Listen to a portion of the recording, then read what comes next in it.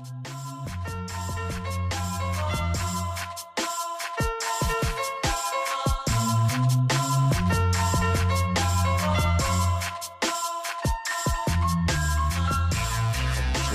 right, so last month, I couldn't actually go over the February report because we had a presentation and it would have just gone on forever. So I've tried to merge the February report and the March report together. To be honest, not much really happened in March. It's not too much of a difference, but February, there were some interesting things in the report. So just to bring it back slightly, in July 2023, it was stated that the MPC forecasted a bank rate average of 5.5% over the next 3 years. So that's what they were saying last year, just to bear that in mind. So the bank rate is currently at 5.25%. There's 9 people on the MPC sort of like voting board when they go through it every month.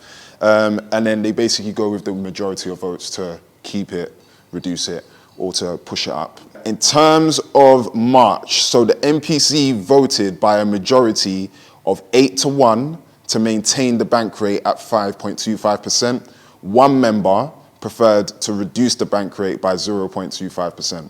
I think last month it was 6-3.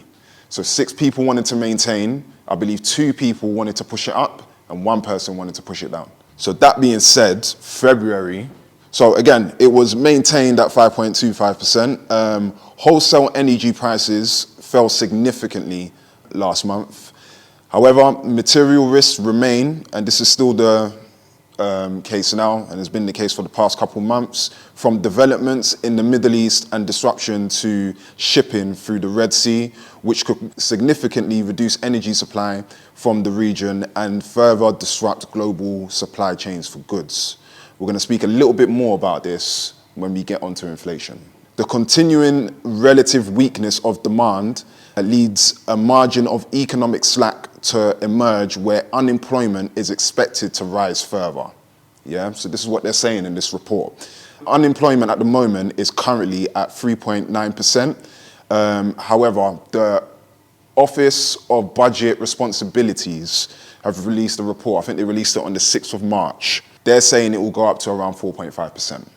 Now, when it starts touching 5%, that's when people start to get a little bit worried. Budget of Responsibility have stated in their latest Economic and Fiscal Outlook report that in this scenario, quarterly inflation spikes back up to 7%. So that's if things got worse on the Red Sea. They're saying inflation could potentially go back up to 7%. If this was to happen, it's expected that there will be further increases in the bank rate. So what's happening on the Red Sea is really determining a lot. Obviously, you've still got the stuff going on with Russia, and you've got things going on between Palestine and Israel, which I believe the UN's now trying to step in and sort of bring that down. But then these things are going on and we can't ignore it because it's definitely things that are going to affect our market. Monetary policy will need to remain restrictive sufficiently long to return inflation to the 2% target sustainably in the medium term in line with the MPC's remit. So last month, I think I mentioned that I couldn't find any parameter for what the medium term meant because you can say medium term, but it could mean anything. However, when I read through the Office of Budget Responsibility Economic and Fiscal Outlook report, which came out on the 6th of March, it mentioned a medium term of 5 years. So everything seems to go up to around 2027.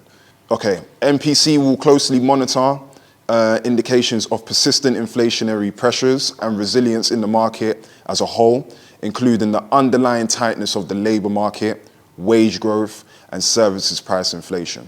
So everything that the MPC is going to be looking at from now will be based on the tightness of the labor market, wage growth, and services price inflation.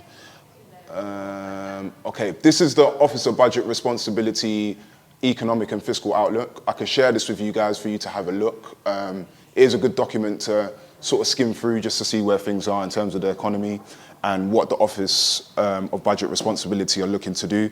The Office of Budget Responsibility, though, and the MPC have different ideas of where the market could potentially go.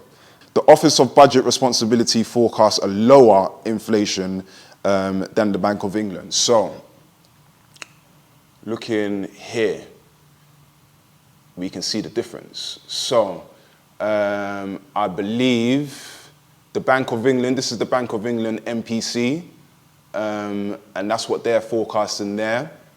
As you can see, they expect it to come down, but they expect a slight rise before it comes back down.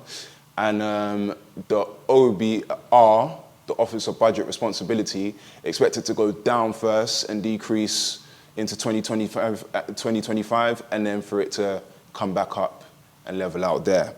Triangulation is a really good thing to go by, where you're looking at 3 pieces of data to determine what could potentially happen. Fair enough, we've only got 2 here, but I try and pull together as much data as possible to sort of help an informed decision going forwards. The OBR expects wage growth to slow over the coming year, which may keep inflation higher for longer.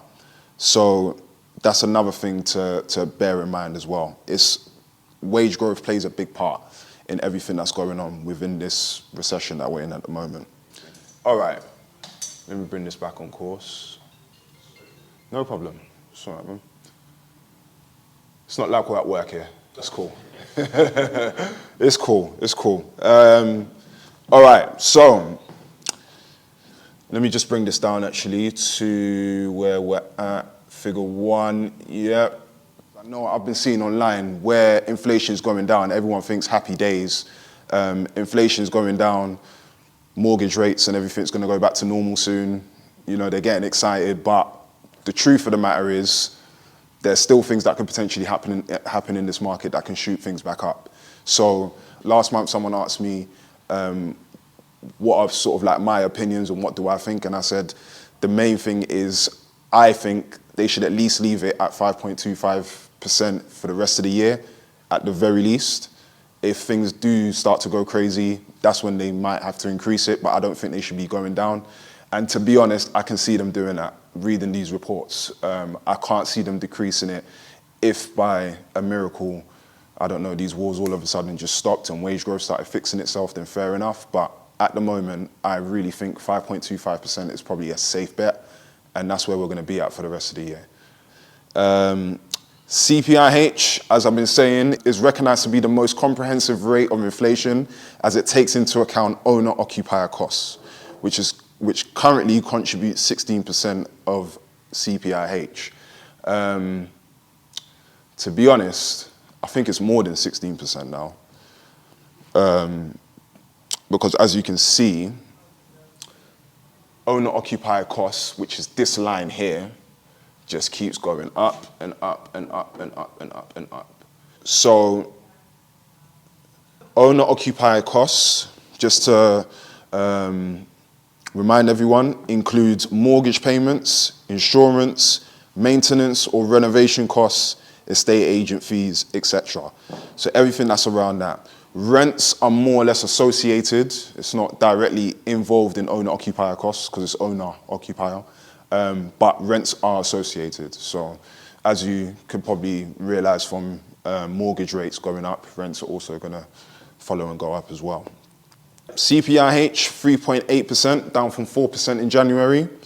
CPI, which is what the MPC are sort of going by to determine where the bank rate goes, is 3.4%, which is down 0.6% from January. And owner-occupier costs is 6%, up 0.4% from January. Although CPI and CPIH have eased over the past 2 months, the key indicators of inflation remain persistently elevated. This is everything that sort of determines whether inflation is going to go up or down. The main reason why it's gone down, as we can see, is food and non-alcoholic beverages. Thing is with this, that I don't know if maybe someone else can sort of clarify it. I don't necessarily see food prices or non-alcoholic beverage prices going down. Is anyone seeing prices for anything going up? They notice their shopping going down in price? I think given the small percentage point, like is 0.2% it's gone down, so you're looking at pennies, really, isn't it? So that's very and like if you shop on offers, you're going to get things cheaper than Do you know what I mean? Yeah, so yeah. I think like overall nationwide, yeah, that's probably true, but nobody notices it. Yeah. But you'll definitely notice if your household services go up 0.1%, won't you? Because That's it. on a mortgage, that's huge compared to packet of pasta. Yeah. So. Yeah. No. That makes complete sense, Alex. Thank you for that. So, yeah, that being the case, just as he said, you can obviously see that housing and household services has gone up. Now, 69% of that comes down to owner-occupier housing costs. 69%, yeah? More or less 70% comes down to that. So, again, that's the mortgages, insurance, estate agent fees. I think you were talking about... Some lender fees. Lender fees, yeah, exactly. That kind of stuff is contributing. Now, services inflation is another thing that everyone needs to be paying attention to. I believe it's here. And that's currently at 6%. So where you see it here, it is the highest it's been on average, because I think it's been averaging around 6% anyway, but it's the highest it's been in 32 years. Yeah, this is something really, really important to pay attention to.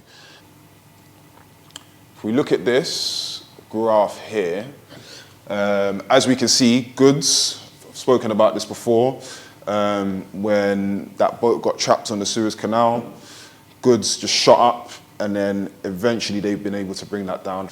But the black navy blue line, as you can see, is services inflation, which is just continue to go up. It's coming down slightly, but nothing significant. It's more or less staying around that 6%, 6.1%.